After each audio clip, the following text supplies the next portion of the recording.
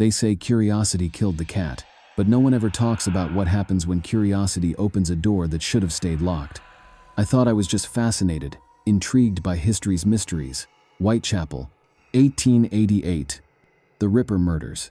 I thought it was just an interest, a harmless obsession. But some doors don't just open, they pull you in. And once you're inside, something else notices. Something ancient, patient, watching. Because the darkness doesn't just hide things, it studies you. Jack the Ripper. You think you know the name, the stories. A man in a cloak, a blade in the fog. But what if I told you he was never a man? Not truly. He's not a legend, not a ghost, not even a memory.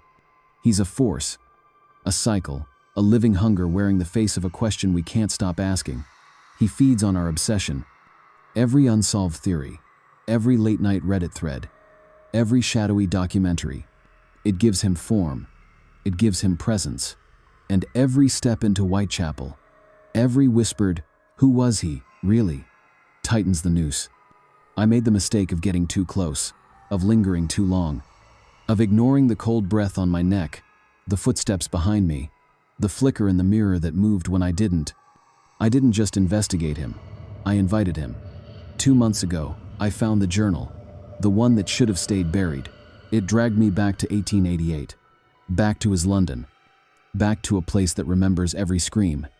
I thought I escaped. I woke up in my own bed, thought it was just a dream. But then I saw it lying on my nightstand. The journal came back with me. Not physically, digitally. Pages began appearing on my phone, one by one. Every night at 3:17 a.m. I delete them. They come back. I reset my phone. They appear on my laptop. I stopped trying to run. I tried to understand instead.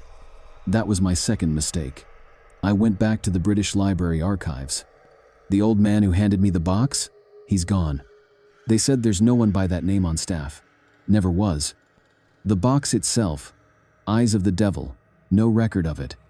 I checked the logs. It was never checked out, never entered, never cataloged. I spoke to a professor I trust, Dr. Addison, a forensic historian who specialized in ritualistic killings. She said something that stuck with me. The Ripper wasn't the beginning, just one expression. You've stumbled into something older. Older than 1888? What the hell did I pull into my life? The whispering starts at 3:17 sharp. It always does. Some nights it's behind the closet door. Other nights, behind my mirror. But it's always the same phrase. The sixth is ready. Take the knife. I don't know what it means. Until one night, I woke up with blood under my fingernails. My sink smelled like iron. And I started dreaming of knives. I needed help. That's when I found Alec Bishop. He wasn't hard to find, actually. He found me. A private investigator with a reputation for digging into occult cases. Some said he was a fraud. Others said he was dangerous. But when I mentioned the journal, his expression changed. He didn't laugh. He didn't doubt. He closed the blinds. And then he said, "If he's speaking to you, it's too late to run, but maybe not too late to shut the door." His walls were covered in clippings, sketches, crime scene photos from across centuries. But they weren't just from London.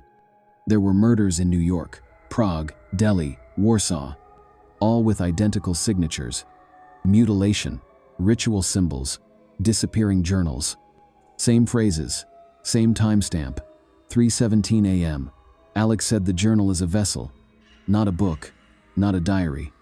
It's a conduit, a gate, and whoever reads it starts to mirror the entity behind it. So, that's what I've become? Number, not yet. But if the writing continues, you're going to wake him. Not just the Ripper, the thing that wears his face. We dug into the message. The sixth is ready. What did that mean? There were 5 canonical victims. Everyone knows that. But Alex showed me something else. A sealed police report from 1889. Never published. A 6th body was found.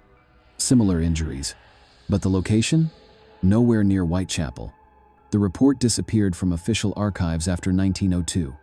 Alec thinks that every time someone opens the journal, a 6th murder is staged. Modernized, adapted, but always identical. That's the ritual. 5 from the past, 1 from the present. And now? I think I know who the next victim is. Her name's Clara Hess. She's a historian, a friend of mine. She helped me translate parts of the journal when I first found it. She stopped answering my calls last week, and 2 nights ago, she emailed me at 3:17 a.m. No subject, no message, just a photo of her mirror, and written in condensation, "You see now." Alec and I went to her flat, broke in. Place was empty. Mirror cracked. Blood on the frame, but no body. That's the part that scares me most, because the 6th murder always happens off record. No discovery, no suspect, just disappearance. The victim becomes a whisper, a myth, a name on a page. Alec gave me one last warning. If you don't stop writing, you'll be next. But here's the problem. I'm not writing. The pages keep filling themselves out. I don't even remember typing them. But the words are mine. The phrases, the voice, the style, the rage behind them. I thought I was documenting the Ripper, but I'm starting to wonder if I've just been transcribing him, like a medium, a vessel. I think I'm the pen. We tried again, took the digital files, the notes, the audio. We went to a crematorium after hours, burned 3 hard drives, smashed my phone, even poured acid on the printed journal. And for one night, nothing happened. No whispers, no pages. 3:17 a.m. I almost believed it worked. Until the next morning, when I found the journal in my coat pocket. Fresh page, fresh ink.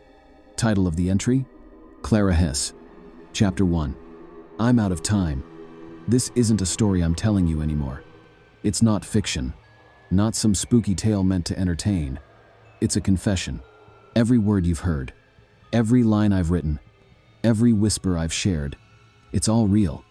And with each sentence, another page turns, another door opens, another shadow wakes up.